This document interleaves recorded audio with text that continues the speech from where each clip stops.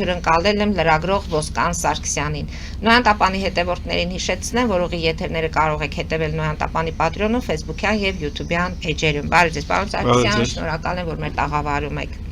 Ես եմ շնորհակալ։ Ինչից սկսենք։ Հարցերը շատ են, գուցե թե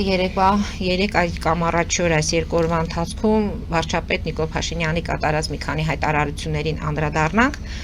Հանրապետությունում արդարությունը կամ արդարադատությունը հասանելի է էլիտաներին, նրանք ովքեր ունեն փող, կապեր եւ մեզ համար անտեսանելի պատմություններ։ Սա լուրջ ֆունդամենտալ խնդրեմ է, նշում է երկրի ղեկավարը։ Խնդրին պետք է անդրադառնանք, չկա ուրիշ տարբերակ։ Ինչ է նշանակում այս ամենը։ Երկրի ղեկավարը խոստովանում է մի բան, այսինքն այս 8 տարիների ընթացքում իրենց այդ հռչակած դատաիրավական բարեփոխումները կամ իրականություն չեն իրականացրել, կամ կիսատ են թողել, կամ ընդհանրապես չեն ուզել անել։ Ինչի մասին է այս հայտարարությունը։ Քանի որ սա չի նշանակում, որ շարունակ իրականացված այսպես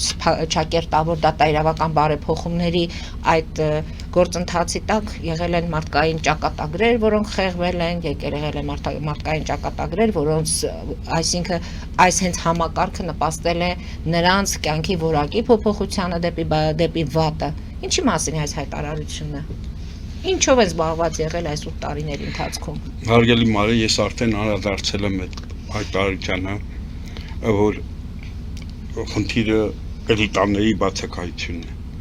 Ես նշել եմ, եթե էլիտաներ լինեին Հայաստանում, ընդ որում այդ էլիտաները կլինեին, ասենք, ռազմաքաղաքական, տնտեսական, մտավորական։ Եթե այդ լինեին այդ էլիտաները, Հայաստանում չէր լինի 2018-ի թատրոն, քաղաքական թատրոն իշխանափոխությունը, առավել ևս 20 թվականի պատերազմից, հայտարարությունից եռակողմ, հողերի հանձնումից, հետո Նիկոլ Փաշինյանի իշխանություն չէր նա, այդ էլիտաները իրենց մեջ կհավաքվեին, կխորհրդակցեին, քայլեր կձեռնարկեին, վերջո կտեսնեին, որ երկիրն ուր է գնում, էլիտաները ունենալով բավական կարողություն, հայտնի լինելով, ունենալով փող, ազդեցություն, մարդկային ռեսուրս, լրատվամիջոցներ, նրանք պատասխանատվություն պետք է զգային երկրի վիճակի համար։ Հիմա որ ով է խոսում, ասենք, արդարադատությունից ու արդարությունից, ասում է ռուսները խոսք ունեն, ով էլ ուզում է խոսի, դու գոնե դու լռիր, էլի։ Այսինքն դու ինչ երկրում հաստատվել է. Ինչ էր ասում Նիկոլ Փաշինյանն, այդ չէ պասվիչի ժամանակ դրագրողն ասում էր, հա, դատարան եք փակել, դատարան եք փակել, դրամատուրգից 15, դա մեծ հոդված է, ծանր հոդված, սահմանադրական կարգը տապալելու համար ամենախիստ հոդվածներից մեկն է։ Այսինքն, երբ որ իշխանության մի ճյուղը կամ ընդհանրապես թեկուզ իշխանության ճյուղ չէ, ցանկացած մարդ, որ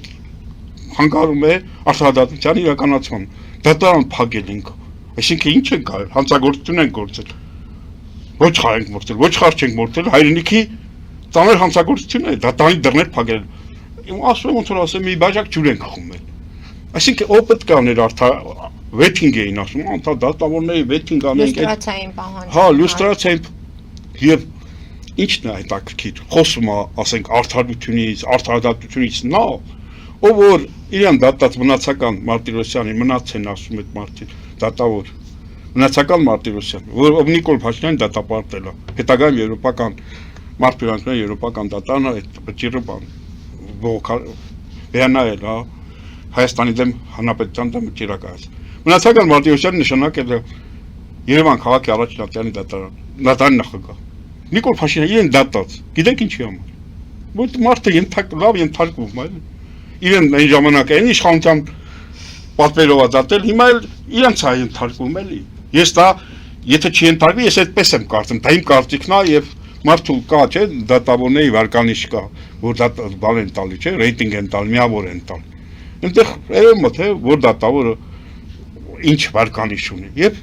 լավ դատավոր կար, ես ճիշտն ասած այդքան չեմ առնչվել,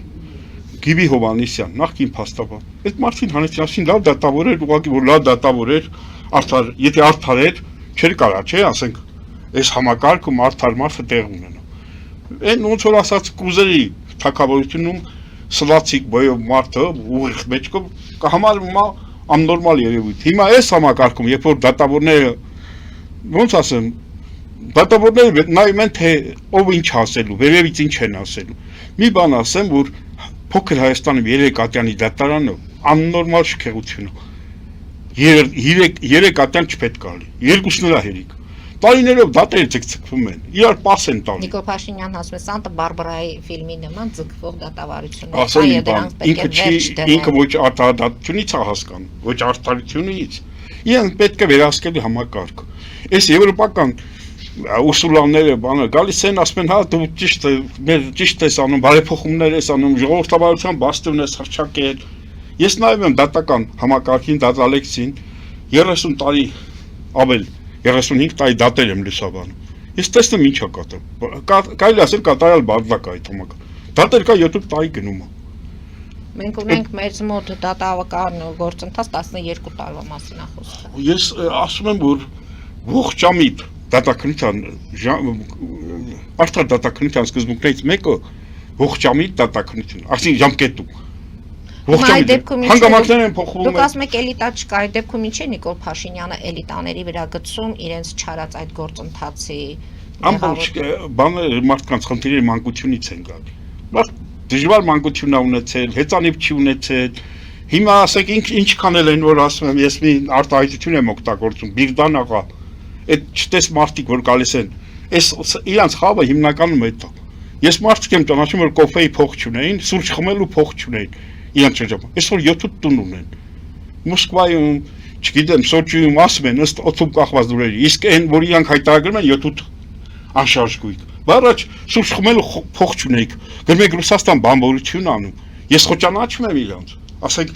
քո գիտեմ, ասենք, նրանց ովքեր ասենք, ես իրանց հետ շփվել եմ, այն ժամանակ նրանք ընդդիմադիր են, չէ՞ ներկայանում, արդարության պայքարողներ, արդարադատության Նիկոլ Փաշինյանը ասում է, որ 8 տարում չի իրականացնել, բա պետք է իրականացնել։ Գիտեք, այդ ընդդիմադիր կեցված կա ընդունում, իբր թե ինքը պահանջատերը, մենք ենք պահանջատերը, դու ինչու ես պահանջատ, դու ումից ես պահանջում, ամբողջ իշխանությունը վերցրել ես քո ձեռը, զրո պատասխանատվություն։ Պետք է հասկանանք այս խնդիրը, ումից հասկանաս, եթե չեք հասկանում, հեռացեք։ Ասում եք, որ 7 տարի, ասում եք, որ 7 տարի մնացել ենք նույն առաջի դասարանում, այսինքն չենք կարում, երկիր կառավարել չգիտենք, չգիտեք հեռացեք, կարող մենք բան ենք ընկել ձեր։ Ընտրությունները արվեց եւ փաստորեն ստացվեց այնպես, որ Նիկոլ Փաշինյանի հեռացումը հանրության մեծ մասը չի ուզում եւ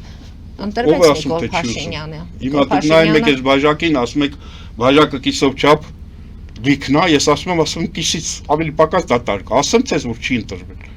Հացատրեմ ցեզ։ Դե սահմանադրական դատարանը արդեն մի քանի օրից որոշումը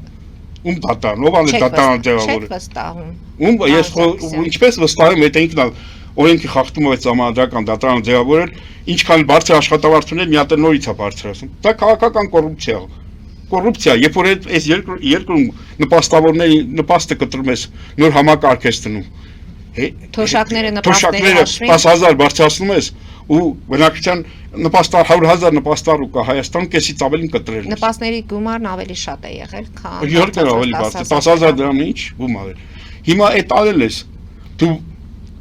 սահմանադրական դատարանի դատավորների աշխատավարձը ինչքան բարձր միատել ես բարձրացնում։ Սերբոյի Գալյանը արտադրության նախարարը առաջարկել էր ԿՊՆ-ն այժմ մեծամասնությունների ընդունել են։ Հիմա այդ մարդիկ միլիոնավոր դրամների աշխատավարձ են ստանում։ Բան են, տներ են արել,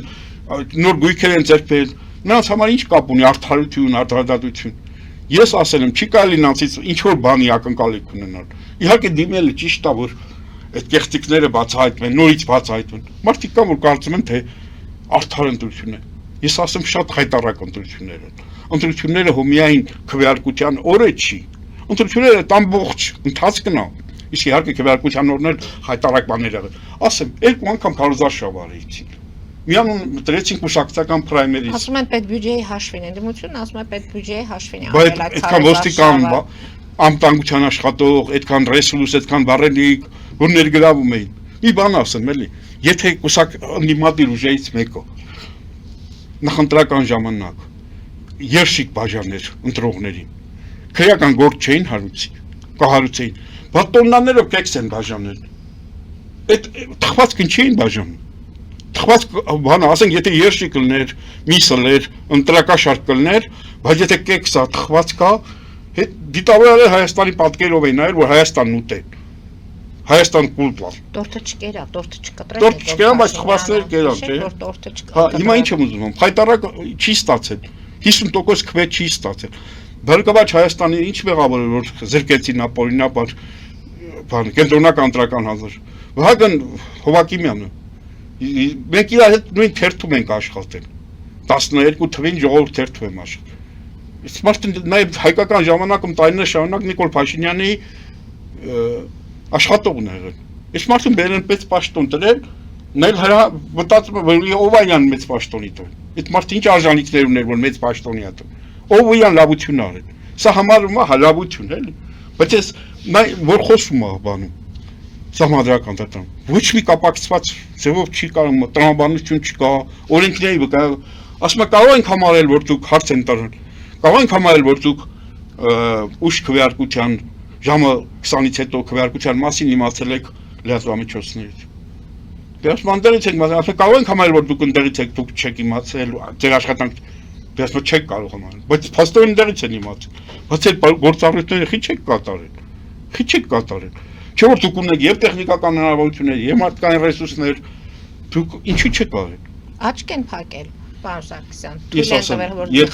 երբևէ իշխանապողություն կլինի, այս մարդիկ գնալու են պատասխանատվության։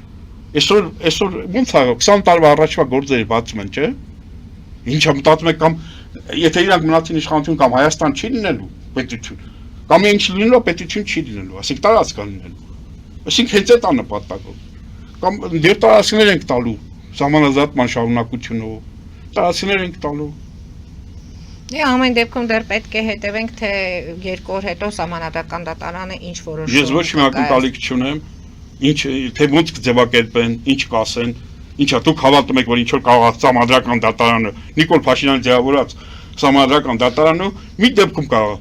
ամավեր համար եթե Նիկոլ Փաշինյանը որոշի որ գնանորից արտահերտ իր ծրագրերի մեջ լինի որ նոր ընտրությունների է գնում, բայց քանի որ մի բան եմ ասել, ինդիկատորը ցուցիչն այն է, որ արդեն իսկ պաշտոնները բաժանեն։ Դա նշանակում է, որ իրանք որոշել են, որ ամավեր չի համարել։ Եթե պաշտոնները բաժանեն, Դե պաշտոնների հետ կապված ինչու է շտապում, որն է պատճառը։ Մտածում են, որ հետո հնարավոր է Բարգավաճը իր ձայները վերականգնի Դե ուզում են այն տպավորությունը ստեղծեն, որ ամեն ինչ խաղավերջացած է։ Ինչ էր գիշերվա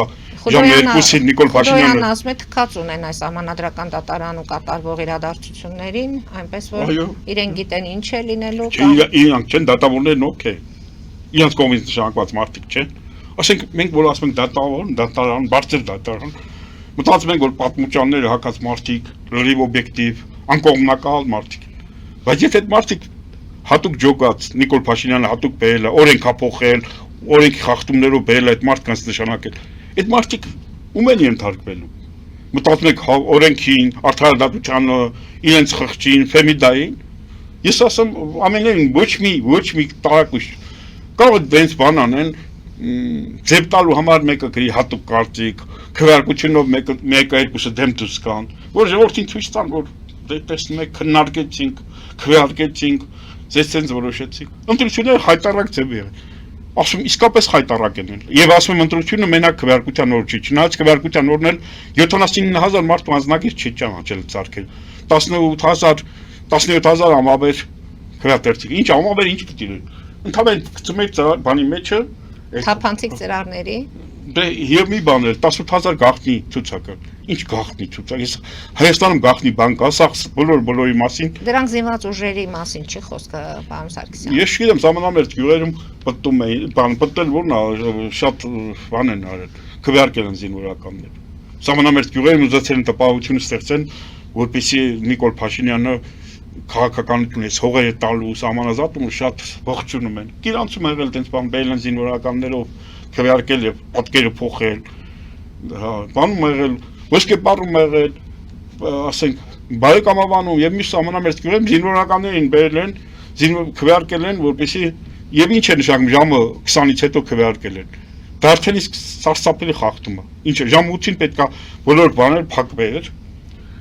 Ովքեր ներսում էին, պետք է քվեարկեն։ Ժամ 11-ից քանիսը 10 գիշերվա 12-ի մոտերքով ինչ էին շինում մեր բանի ընտրական տեղում։ Չեն կարող ժամը 8-ի մտածները Գիշերվա ժամը 12-ի մոտ քվեարկել։ Սովորաբար 15 հոգով են մտնում։ Եթե ընտրական տեղամասում 15 հոգուց ավել անում, արդեն դա համարվում է բան, խախտում էլի, արդեն որտեղ այդքանը չեն կարող սպասարկել։ Եթե ամփոփենք, փաստորեն ընտրությունները անցել են խայտառակ, ինչպես դուք եք ասում, բազմաթիվ խախտումներով։ Դե դա հին հայկական ավանդույթ է։ Հայաստան երբեք Օրինակ երեք Արտուր Խաչատրյանն ասում է, եթե դուք եք նշում, ազգային ժողովում այդ մասը խոսեցին, եթե դուք եք նշում, որ կաշառքի դրվագներ, մի խոսքով, այդ դեպքում ինչի՞ չեք նորից գնում նոր ընտրությունների։ Այդ հարցը տրվեց քաղաքացիական ուղղակի գիտեք ոնց է Հայաստանում ընտրություններով ի ցավս բոլորիս, երբեք ի ցավ բոլորիս, երբ դժբախտություն է, որ ընտրությունները իշխանություն չի փոխում։ Ինչպես պետք է փոխվի, այնպես ինչպես Նիկոլ Փաշինյանը եկավ փողոցով։ Նիկոլ Փաշինյանը չեկավ, Նիկոլ Փաշինյանին բերին։ Այդ դեպքում ինչպես պետք է լինի իշխանափոխություն, ընտրություններին չենք վստահում, փողոցային պայքարը համարում ենք, որ ինչ-որ մեկն է։ Եթե գնաց այսպես, իսկ Հայաստանի տնտեսական վիճակը վատանալու է, այն ժամանակ արդեն իսկական ապստամբություն չասեմ, բունտ չասեմ, տարերային ձևով լինելու։ Ասեմ ինչի, որովհետև քանի գնում երկրի տնտեսական վիճակը վատանում։ Եկեք երկրի տնտեսական վիճակին անդրադառնանք կարճատև գովազդային դադարից հետո։ Հարգելի հայրենակիցներ, հետևեք քիչ անց կվերադառնանք տաղավար եւ կշարունակենք մեր զրույցը։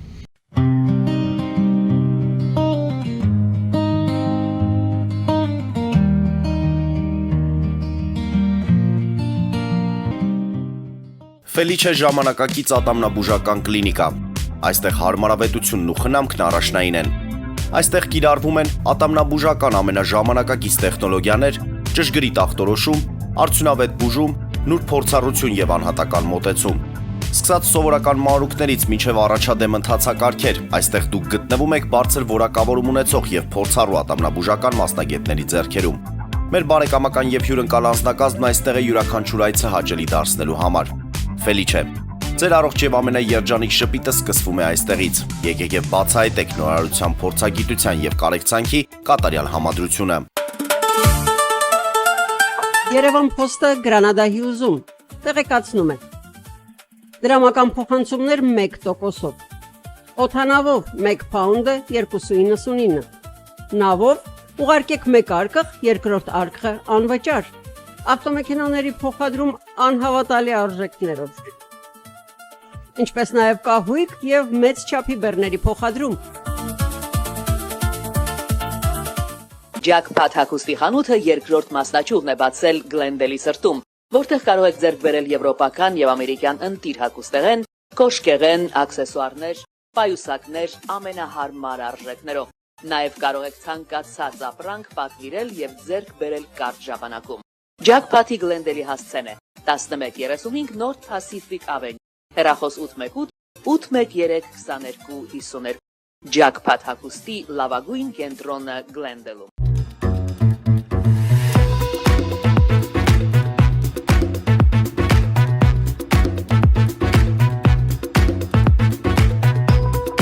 Արարատ ռեստորան, ընտանեկան եւ ընկերական ժամանցի լավագույն հասցե, սիրված արտիստներ, հյուրընկալ մթնոլորտ, հարուստ ճաշացան, անմահական խորտիկներ։ Արարատ ռեստորան, հասցեն ամփոփող, սիրով սպասում ենք ձեզ։ Լավագույն պաղպաղակ, բնական, համեղ եւ մատչելի գներով պաղպաղակը կարող եք ձեռք բերել բոլոր հայկական խանութներում։ Պահանջեք հայկական պաղպաղակ, Թամարա պաղպաղակ։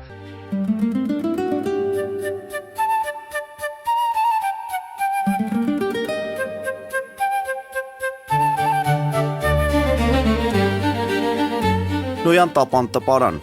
Նոյան տապան հրատարակչություն, շարվածքից մինչև տպագրում, զանգահարեք, գրեք, այցելեք, միասին պատրաստենք ձեր գիրքը, ամսագիրը կամ թերթը, որտեղ նշվելու է, տպագրված է Նոյան տապանում։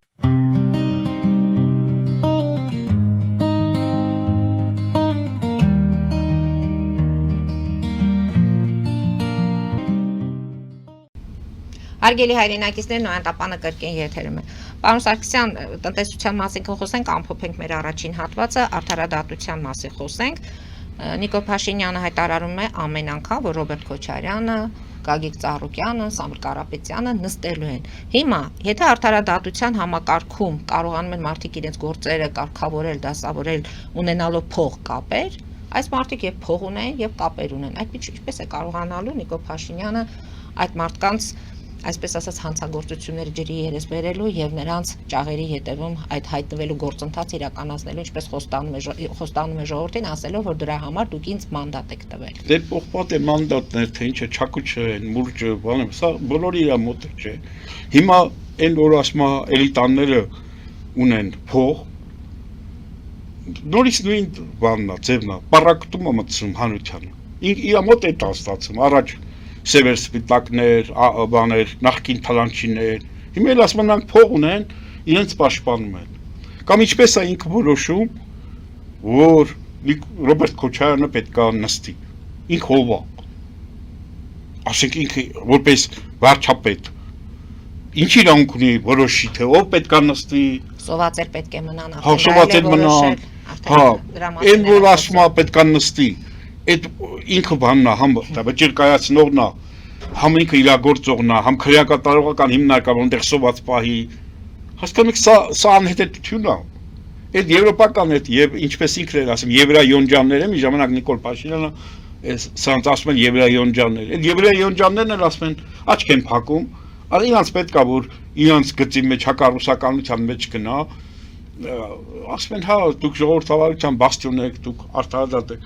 Ժողովրդավարության ամենամեծ առաջի սկզբունքը դա իշխանության ճյուղերի տարանջատումն է։ Օրենսդիր, գործադիր, դատական։ Երբ որ իշխանության մի ճյուղը չպետք է փառնումի մյուս գործեր։ Դե ասում են որ չեն միջամտել ոնց ալում ասում պետք է նստի։ Դա հրահանգ է, ուղիղ հրահանգ, որ այդ մարդուն նստացրեք։ Եթե մարդը լավ փող ունի, շատ փող ունի լավ բժիշկ, ունի հոգեբան, ունի լավ փաստաբան, հիմա ասես մարդուն ասես ինչի լավ փաստաբան ունես, ինչի վատ փաստաբան չէ, ինչի ես նրան վճարում, այդ օրենքի սահմաններում փաստաբանին վճարում են, փաստաբանները օրենքի սահմաններում է պաշտպանում։ Հիմա կարողանալու է այս մարդկանց, որ փող եւ կապեր ունեն, ամեն դեպքում ով է կարողանա։ Նիկոլ Փաշինյանը շոու անում։ Այն մարդիկ, որ 8 տարուց հետո դեռ հավատում են իրանք,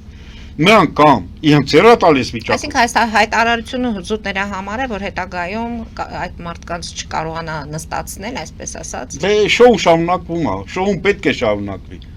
Շոու է, որովհետև ասեմ մի բան, 8 տարում որ ասել է, որ ինչն է իր ասածներից որն է իրականացել։ Արագաչափերն են հանել, կարմիր գծերի բանն են հանել, բանկերին տոկոսներն են բանել չեղյալ համարել, բանկերում մենած պարտքերը, բանեն, տնտեսական հեղափոխություն են արել, անգլերենի իմաստությամբ մոշ են աճեցրել, արտահանել, ՀԴՄ-ների դիկտատուրա են մտցրել, բանը, Հայաստանի բնակչությունն են 5 միլիոն սարքելու 2050 թվին, թե Հայաստանը Եվրոպայի կամ աշխարհի առաջնության չեմպիոն կամ մրցանակակ իրեն դարձնում, այս ամբողջ խաբեությունը, գիտեք, կան մարդիկ, որոնք իշխանության փայ են, ասենք իրանք պաշտոն ունեն, կամ լավ բիզնես ունեն, կամ իրանք պետք է այս իրավիճակը, այդ մարդիկ ձևացնում են, որ մենք գնում ենք դեպի պայծառ ապագա։ Կան նաև քաղաքական տաղասներ, մարդիկ, որոնք տրամաբանության հետ խնդիրներ ունեն, նրանք գիտելիքներ չունեն քաղաքագիտությունից, այն իրանք հեռուստացույցով դուրս են գալիս, խփում, որ Հայաստանը գնում է դեպի պայծառ ապագա, սլանում է, մենք էլ այնքան առաջ ենք գնացել, այնց ենք շողշողում, այնի ժողովրդավարություն մեկ պատահական, որ նայում եմ ես, ասենք հանրային կոչվածը, ասում ես ինչ երկրում ենք ապրում, ես ինչ տավ ենք։ Տեսեք, ԵՄ-ի հետ են կապերը մեր արդեն ավելի շատ խորացնում, Եվրոպական հանձնաժողովի նախագահներ Հայաստանում, Բաքվից եկավ Երևան, խոստումներ տվեցին, մի խոսքով այդ խոստումներից ոչ ազատականացրին վիզաների ազատականացման ժամկետ չնշեցին։ Ընդամենը 52 խոստանում են ԵՄ շուկան բացել, ինչպես դուք եք ասում, մեր տնտեսության հետ կապված խնդիրներն եք, չէ՞, ասում մի բան, Եվրոմիության շուկան միայն մաքսատուրքերի ազատել է չի։ Պատկերացրեք, մեր ապրանքը գնաց եւ իտալական կամ իսպանական կամ ֆրանսիական շուկա։ Ինչ կարող է 50 միլիոն սպառողների մասին է։ Ինչ կարող է դա առաջարկել։ 99% թարգմանել, 90% խմիչքներ, ոգելից խմիչքներ։ Հələ, պատկերացրեք Ֆրանսիայում կոնյակ ենք ծախում, թե շամպայն։ Իտալիայում գինի ենք ծախում, կամ Ֆրանսիայում։ Ինչ կարող ենք մենք ծախել։ Այդ ապրանքը պետք է գովազդվի, չէ՞։ Եվրոպական սպառողը իր ապրանքին է, իր տեսած ապրանքն է գնում, չէ՞, որը իրեն ծանոթ է։ Երբ որ մենք գնում Կան մասնագետներ մեզ կօգնեն այդ շուկային մենք հարմարվենք։ 8 տարի ինչ էին գնում։ Չգիտենք որ դեպի Եվրոպա են գնան։ Բա ինչ էին անում։ Հիմա մի բան ասեմ, այդ Իսկ ինչու ենք հիմա անում եւ ինչու է հիմա Եվրոպան այդ ամենը մեզ առաջարկում։ Ընդ որում ասում է, չէ, որ Ռուսաստանը փակել է դռները ձեզ համար։ Հիմա ամենակարևորը էներգետիկ խնդիրն է։ Երբ որ Ռուսաստանը գազը ընդհանրենք թանկացրեց։ Կամ ասած տեխնիկական խնդիրը գազը դադարեցրեց։ Տեխնիկական կարող է ասել։ Ինչ են անում, որտեղից են գազ տան։ Ադրբեջանի իր գազը բոլորը Եվրոպայի վրա Ադրբեջան գազի այդքան քանակություն չունի։ Հիմա ասում է, ինչ ասում Ուրսուլա ֆոն դեր Լայեն։ Բազմազանացնենք էներգամատակարարումները, դրա համար ինչպես այդ վերականգնող էներգետիկ կայաններով չես կա գազի պահանջարկը, ատոմակայանի պահանջ։ Ատոմակայանը նոր ատոմակայան կառուցեցին։ Ասենք, ասում է օրինակ է ասում Ուրսուլա ֆոն դեր Լայենը, ասում է Ուկրաինայի եւ Մոլդովայի փորձը դες համար ուսանելի կլինի իսկ նա շատ վատ փորձ է, շատ։ Ասեմ որ բանում Մոլդովան հույս ունի որ Ռումինիայի գազի մեջ մտնելու եւ նույն ազգն են էլի դա։ Իսկ Ուկրաինայի ինչ վիճակ է, շատ վատ վիճակ է եւ էներգետիկարում։ Գիտեք ոնց է, նրանք իրենց շահերի համար Եվրոպային չենք մեղադրում։ Եվրոպան ասում է մի բան անում մի բան։ Նաիրա Զորապյանն ասում է, որ ֆոն դեր Լայնի օրակարգը բացառապես ԿՊ-ին օգտագործելն է Ռուսաստանի Դաշնության հետ իրենց բոյը շարունակելու համար։ Իսկ Հայկ Մամիջանյանը ասում է ֆոն դեր Լայնի խոսքերը մեղմ ասած անհասկանալի են։ Սա արդեն ծիծաղելու էլ չի, լացելու է։ Գիտեք ամեն ինչի հիմքը տնտեսությունն է։ Երբ որ ընդամենը 52 միլիոն եվրո է առաջարկում առևտրի բազմազանություն այլ շուկաներ ապովելու։ Այդ 52 միլիոն եվրո 18-ը միայն առևտրի համար։ Հա, այդ ինչ անելու։ Այդ տրկես այն իշխանավորները կտրցնեն էլի վրից։ Բայց արդեն ունեցանք, չէ, որ գյուղմթերք, որ արտահանվեց։ Ծիրանը գնաց Լեհաստան։ Ճիշտ է, շատ արագ ամեն ինչ չի արվում։ Հարգելի Մարի, գիտեք, այս խաղողը որ աշունը մտել են, որ չմտել են։ Բանից այն ժամանակ բարձ կլ։ Ծիրանը էստայ շատ քիչ է, նույնիսկ լերքին շուկայում է, գինը չի իջնում։ Որտեղ ծիրանի բերքը քիչ է։ Բայց որ խաղողը լոլիկն է շատ, ընդ որում լոլիկը։ Հա հիմա 70-80 դրամով Իջևանում ծախում։ 170, 200, 250։ Իջևանում 80 դրամով լոլիկ են ծախում, հետո ինչ այդ աճեցնում է, մարդ աճեցնում է, մարդ պետք է իր ինքնարժեք գոնե իր ծախսերը, շատ են բան։ Կառավարությունը խոստացավ, չէ, վարկերի հետ կապված ինքը կվերանայի որոշումներ կկայացնի, չի թողնի։ Կառավարությունը իրանց է, մենակ ամենաշատը ինչքան տեսել եմ, իրանց են միլիոնավոր դրամներով վարկեատրում։ Հիմա ուզում եք ասել, որ այս ԵՄ-ի հետ կապերի այս խորացումը առողջին չէ Հայաստանի Հանրապետության համար։ Թողնի, բայց չլինի Ռուսաստանի բանի հաշվին։ Ասենք պատկերացնում եք Ռուսաստանից այդ գյուղմթերքի արտահանումից, Ռուսաստանից տրանսպերտներից, մեր բյուջեի մի զգալի մասն առաջանում։ Եվրոպական միջինից այդքան բան ալնելու, հա, այդքան շահույթ են կստանալու, այդքան որպեսզի կարողանանք բյուջե ձևավորել։ Իրանք ասում եմ անգրագետ են։ Մեր կառավարությունը բախեցած է ապիկար, անկիսագրագ է, ոչ մի բանի ընդունակ մարդկանցից։ Նրանք միայն խոսում են։ 8 տարում ինչ են, ինչ հաջողություն են ասել։ Թող ասեն ինչ հաջողություն են ասել։ Ոչ տնտեսագետ են, ոչ քաղաքագետ են, ոչ իրավաբան են։ Հետո մի մարդ է ղեկավարում։ Մի մարդ, որը ինքը ոնց կա, մի մարդ ու կառավարում կոչի ժողովրդավարական։ Իսկ ինչպես եք բացատրում ֆոն դեր Լայնի այցից առած հայկական կողմի նախաձեռնությամբ Ռուսաստանի Դաշնության կառավարության ղեկավարի հետ Նիկոլ Փաշինյանի հեռախոսազրույցը։ Մյուս կողմից Նիկոլ Փաշինյանը ասում է, որ հայտարարել որ մենք չպետք է 2013 թվականի նման հետընթաց քայլ անենք, մի գիշերվա մեջ որ Սերժ Սարգսյանը գնաց ԵՏՄ-ի մեջ մտավ, մենք դեն քայլ չենք անի։ Մյուս կողմից զանգահարում է Միշուստինին, որ ոնց որ մենք զարգացնում ենք մեր առևտրատնտեսական, մշակութային, տեխնիկական համագործակցություն։ Մյուս կողմից արտգործնախարարի տեղակալ մնացական Սաֆայանը հայտարարում է, որ Թրամփի ուղին գործելու է ԵԱՏՄ օրակարգով կարգավորումների շրջանակ։ Ուզում են երկու աթոռի վրա միաժամանակ նստեն, երբ որ այդ աթոռները այնքան իրացից հեռու են, վերջը լինելու է որ ճղատվելու են, էլի երկու աթոռ են, որի իրացից շատ հեռու են։ Եթե նախկինում այդքան արճակատում չի եղել, բայց հիմա Ռուսաստան պատերազմի մեջ է, Ռուսաստանում համարում են, որ իրանք ամբողջ իրենց դեմ ոչ թե միայն Ուկրաինան է պայքարում, այլ ամբողջ Եվրոպան, Արևմուտքը։ Իրանք այդպես են համարում, գուցե այդ աջակցությունը Ուկրաինային կա, անպայման կա, առանց աջակցության Ուկրաինան չէր կարող այդքան։ Հիմա Ռուսաստանը համարում է, որ դուք մեզ հետ եք, թե մեր թշնամիների։ Եթե դուք մեզանից փողեր եք ստանում ու գնում եք մեր թշնամիների մոտ, կողմնորոշվեք։ Հիմա ոնց են կողմնորոշում։ Ուրսուլա ֆոն դեր Լայենի մոտ Նիկոլ Փաշինյանը հայտարարում է, որ մեր ուղին արդեն կողմնորոշվել ենք։ Բայց միաժամանակ ասում է, որ ճգնաժամ չկա հայ-ռուսական հարաբերությունների մեջ եւ մենք չենք արհամարում այդ երկրի շահերը, պարզապես առաջնահերթությունը տալիս ենք Հայաստանի Հանրապետության Ո՞նց է ճգնաժամ չկա, եթե մեր մտերիմները Ռուսաստան չի արտան։ Վերին լարսում մեր բաներ Բեռնարդ Ֆուրերը չեն թողում։ Ո՞նց դա ճգնաժամ չի։ Հիմա այս այցից հետո ավելի է խստացնելու Ռուսաստանը այդ ամենը Հայաստանի նկատմամբ։ Ես ասեմ, որ ես չեմ մտածում, որ Ռուսաստանը փորձել է այստեղ Նիկոլ Փաշինյանը հեռացնել։ Որ ուզենար հեռացնել, այնքան բաներ կա։ Հիշում եք մի ժամանակ քանի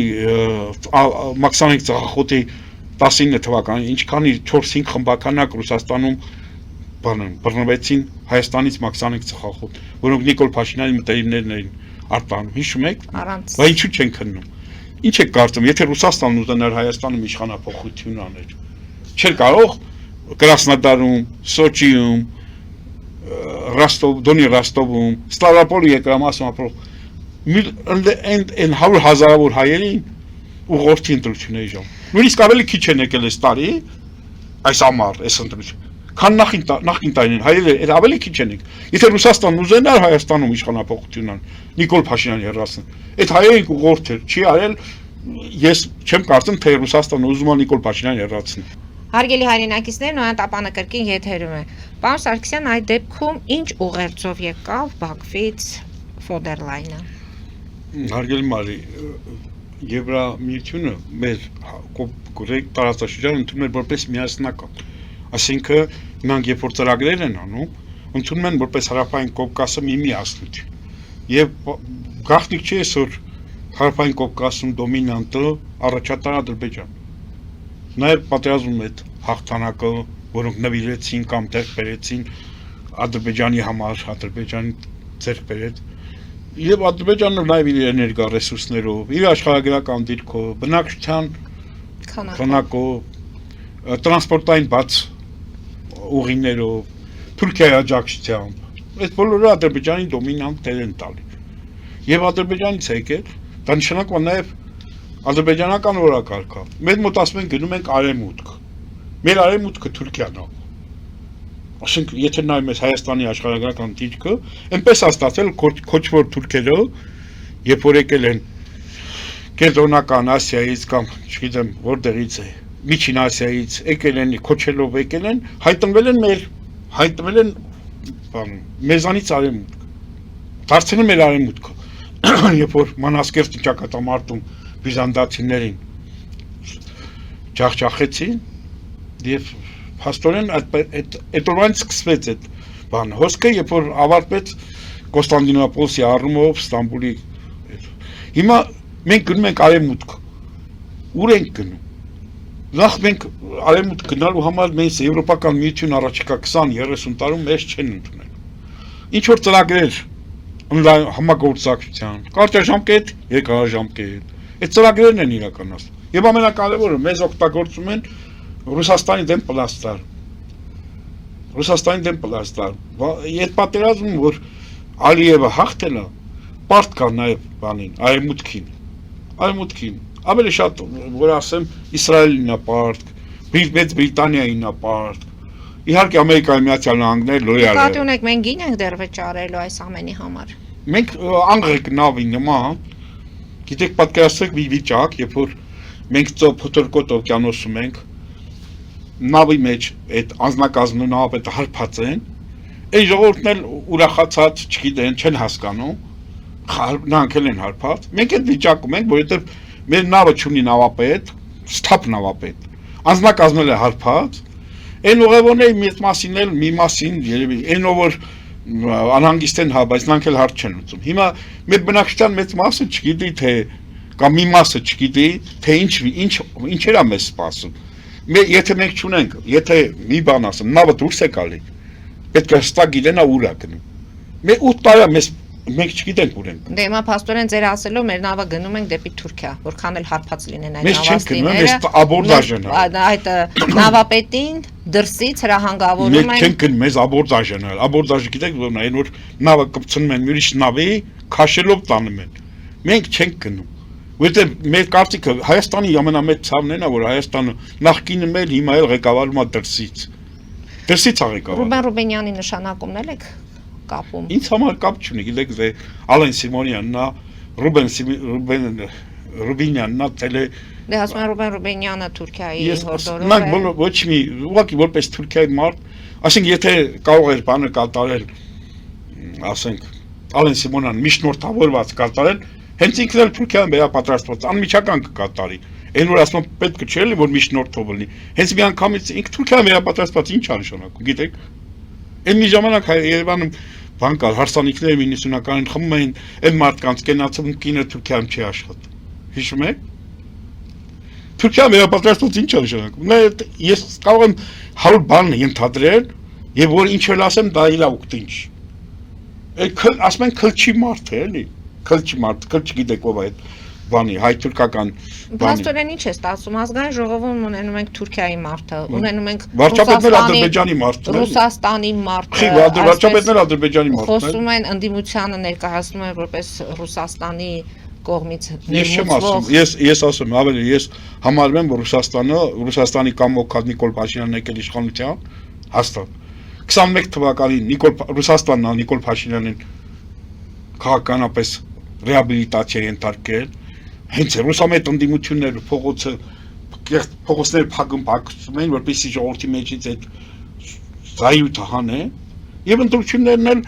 ընդունեցին արդյունքները, բայց չեն շնորհավորել։ Ո՞վ Այն ժամանակ։ Հիմա չեն շնորհավորել նշանակում բաներ կա, պահանջներ ունեն։ Այն չի թե որ ուզում են փոխել։ Ասեմ պահանջներ ունեն։ Նոր ատոմակայանի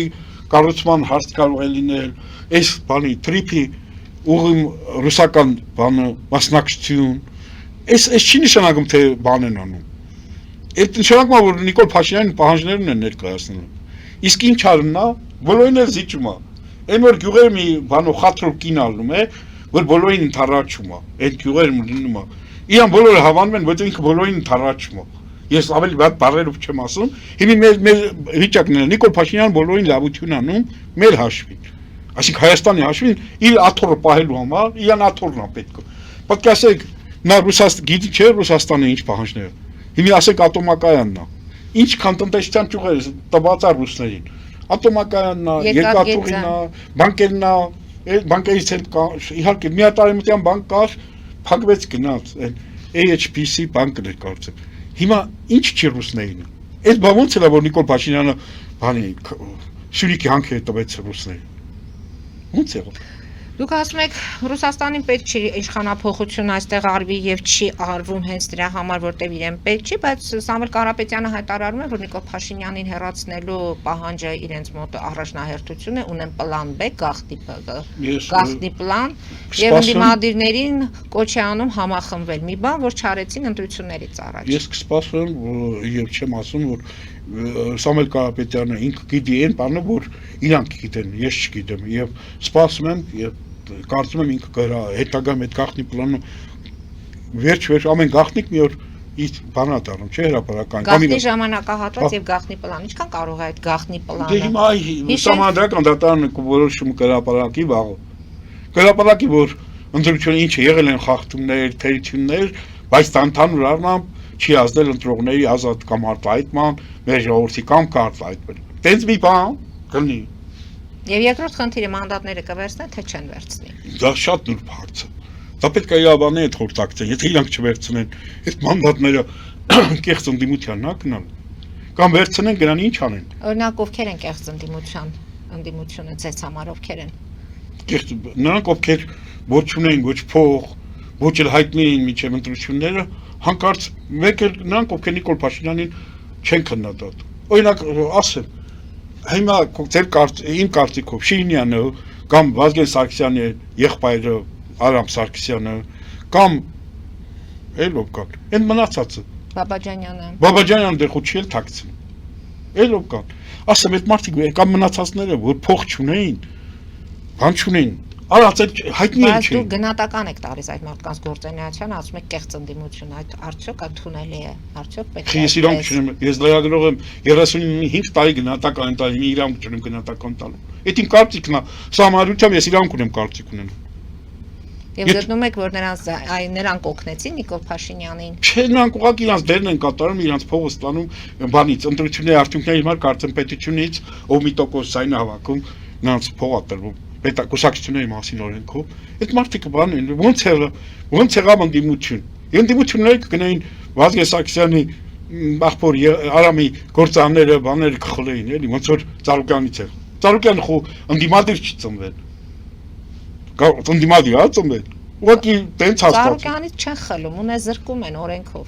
Ասում են Նիկոլ Փաշինյանն ասում է Ծառուկյանի տունը վերադարձնենք պետությանը, դարձնենք ինչ ծերանոց։ Երբ հայլել ժողովուրդն է կառուցել Ծառուկյանի տները։ Ռոբերտ Քոչարյանն ասում է Ծառուկյանը թղթիկով է վարչել։ Սամվել Ալեքսանյանի բաները խիչ ենք խլում։ Խիչ ենք խլում, բանի Հովիկ Աբրահամյանի տունը ով վերցրեց։ Ոնց է նայեք ինչա Նալբանդյանն ով է նրան ճանաչում, որ հիմա այդ բանա տարել մեծ հարուստ է տարել։ Բայց ոնց եղավ, վախի չեք մենք մնացած են, այն ոնց եղավ որ հարուստների շուռ եկան սաղ, բոլոր շուռ եկան դարան Նիկոլական, կամ ոնց էին մուծվում Աննա Հակոբյանի հիմնադրամներին, ոնց էին մուծվում էլի։ Այդ ոնց եղավ է։ Ժողովրդի մեջ դուրս ա գալու հարուստների դեմ խոսում է, բա այն ժամանակ ասում էր որ Նիկոլ Փաշինյանի մեր աղբերն է։ Սամվել Ալեքսանյանն ասում էր Նիկոլ մեր աղբերն է, երբ որ մեղադրում էր Արմեն Իսրայելյանին Ձկնկուլի սպանության մեջ մեղադրում էր Նիկոլ Փաշինյանն խորհրդանից ասում էր որ Սամվել Ալեքսանյանը Շաքայի բոլորտում մենաշնոր ունի եւ ասում էր որ իր թերթը գրեց որ հայկական ժամանակը հարցազրույց արեց Արմեն Իսրայելյանի հետ որից հետո նրան սպանեցին այդ մարդիկ բայց միայն Արմեն Իսրայելյանը ինչ չենք հիշում որ այդ մարդին սպանեցին չենք հիշում որ Շաքարավազի բոլորտում մենաշնոր ունի հիշում են Ռոբերտ Քոչարյանի ժամանակ բան ասում են մեր աղբերն է մենակ Ռոբերտ Քոչարյանի ժամանակ սպանություն եղել Նիկոլ Փաշինյանի իշխանության տարիներին քանի սպանություն եղել Արգելի հայրենակիցներ նոյատապանը կրկին եթերում է։ Պարոն Սարգսյան, փաստորեն ընտրությունների արդյունքներին կսպասենք, ՍԴ-ից Սահմանադրական դատարանից ամեն դեպքում Սամվել Կարապետյանը ակնկալում է երկրորդ փուլ, Ալեն Սիմոնյանի շուրջ աղմուկ բարձրացավ եւ չընտրվեց, ամեն դեպքում ձեր կարծիքը, որպես լրագրող, որ տարիներ շարունակ աշխատել եք այդ ոլորտում, ինչու չընտրվեց, չվերընտրվեց Ալեն Սիմոնյանը։ Քաղաքականությունից չի հեռանում, բայց ազգային ժողովում էլ մանդատը չի վերցնում։ Նիկոլ Փաշինյանն էլ դեռ չի որոշել, թե այդ պահուստային ֆոնդում որտեղ է լինելու Ալեն Սիմոնյանի տեղը։ Երկու տարբերակ ունեմ այդ հարցի։ Երկու, կա գուցե դուք ներկայացնեմ, տեսնենք որն ավելի ճշմարտությանը նման։ Մեկը որ Թուրքիայի կողմից անմիջական պահանջ, որ Թուրքիան վերապատրաստված Ռուբինյանը հենց իրենց մարդը լինի ազգային, որ առաջի ձեռքից ունենան տեղեկատվություն եւ որոշումները կայացնելու ազդեցություն։ Մեկ առա, երկրորդ տարբերակը այն է, որ Նիկոլ Փաշինյանը միշտ ուզում է, որ իր շրջապատը իրենից միշտ ցածր լինի, ու իրենից թույլ լինի ու վարկաբեկված։ Որտեղ վախենում է, որ քանի որ ինքը դրսի մարդը, մտածում է, որ դրսի ուժերը կենտրոնները կարող են դնել այն մարդուն, որ իրենից ավելի քիչ է վարկաբեկված։ Ասենք Ալեն Սիմոնյանը կարող էր այդպեսին։ Ալեն Սիմոնյանը մի երկու անգամ հարցազրույցներում պատրաստակամություն հայտնեց ադրբեջանա-թուրքական պահանջները շատ լավ կատարել, նույնիսկ ավելի քան Նիկոլ Փաշինյանը։ Բան տվեց, մեսիջ ուղարկեց, որ ես ավելի լավ կկատարեմ։ Նիկոլ Փաշինյանը դա շատ նուրբ է, ուրիշ հարցերում չի ասում, բանը, այդքան չի զգում, բայց նա մաշկի ամեն նյարդով զգում է, երբ որ իր իշխանության վտանգ է սպառ։ Այդ պահը որ Այսինքն Ալեն Սիմոնյանից վտանգ էր տեսնում։ Անպայման, բա որ Ալեն Սիմոնյանի աղբոր կնոջ վրա էլ քրեական գործ հարուցեցին։ Դա էլ Ալեն Սիմոնյանին իր տեղը ցույց տալու համար էր, երբ որ քրեական գործ հիշում եք։ Ալեն Սիմոնյանից նա վտանգ էր ներկայացնում։ Եվ կարող էր Ալեն Սիմոնյանը, նույն երկուսն էլ լրագրող են եղել, չէ՞։ Երկուսն էլ լրագրող են։ Ալեն Սիմոնյանին Մոսկվայում լավ էին ընդունում։ Բանորով խոսքով հաստատ ավելի պակաս չի, ավելի չափավոր, քան Նիկոլ Փաշինյանն տեսնում։ Նիկոլ Փաշինյանը միշտ, ասենք Նապոլեոնը, մեծ Նապոլեոնը, պահում էր իր մարշալներին, որում ամեն մեկը մի տաղանդ էր։ Գիտեր, որ դրանք կարող են հետո իրան դավաճանել, եթե, ասենք,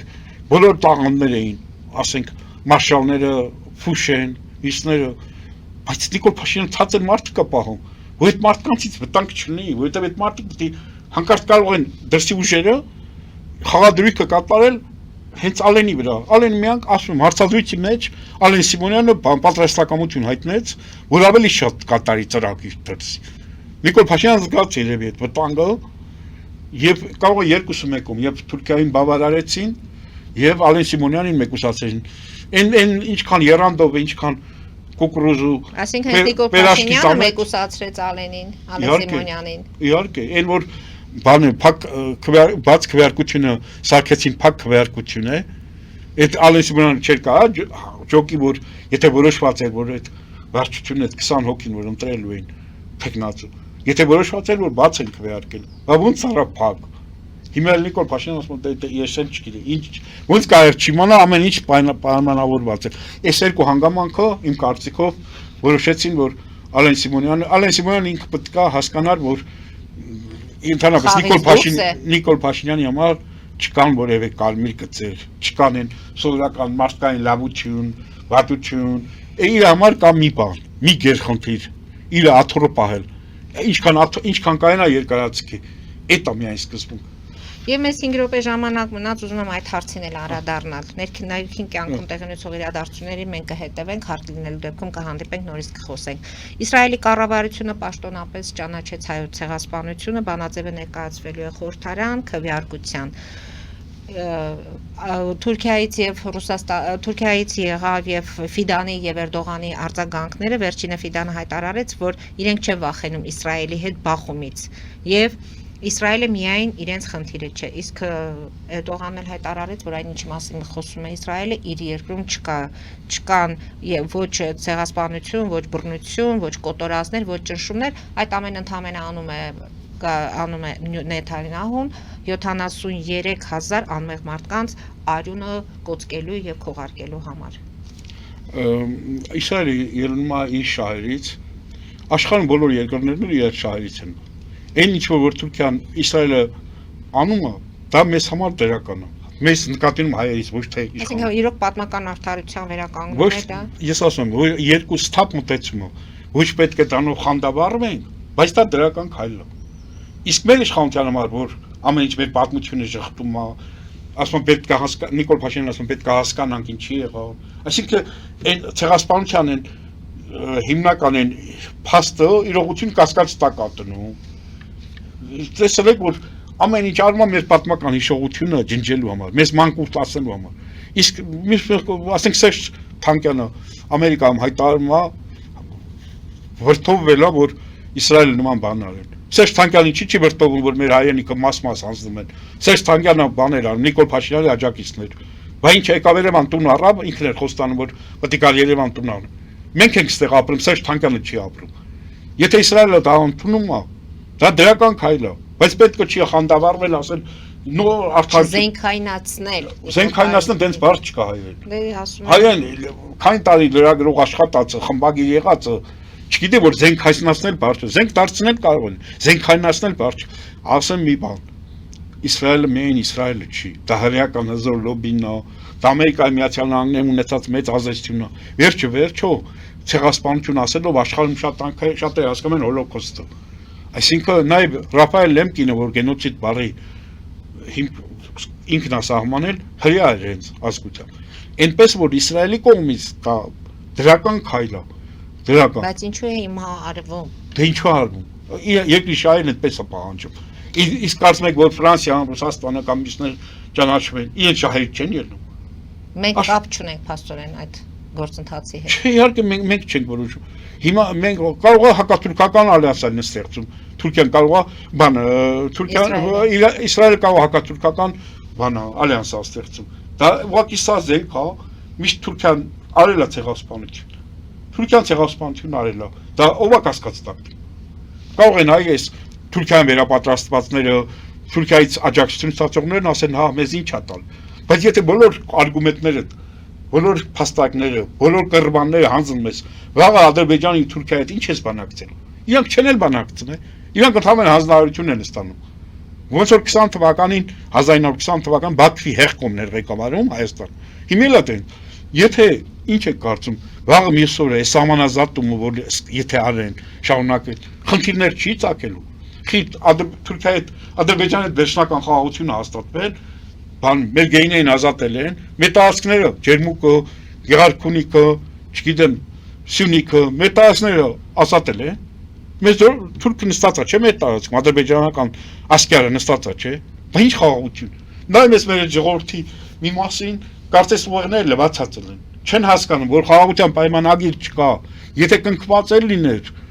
պետք է լինեին հզոր երաշխավորներ։ Չկա երաշխավորներ։ Ոչ մեկը չի երաշխավոր։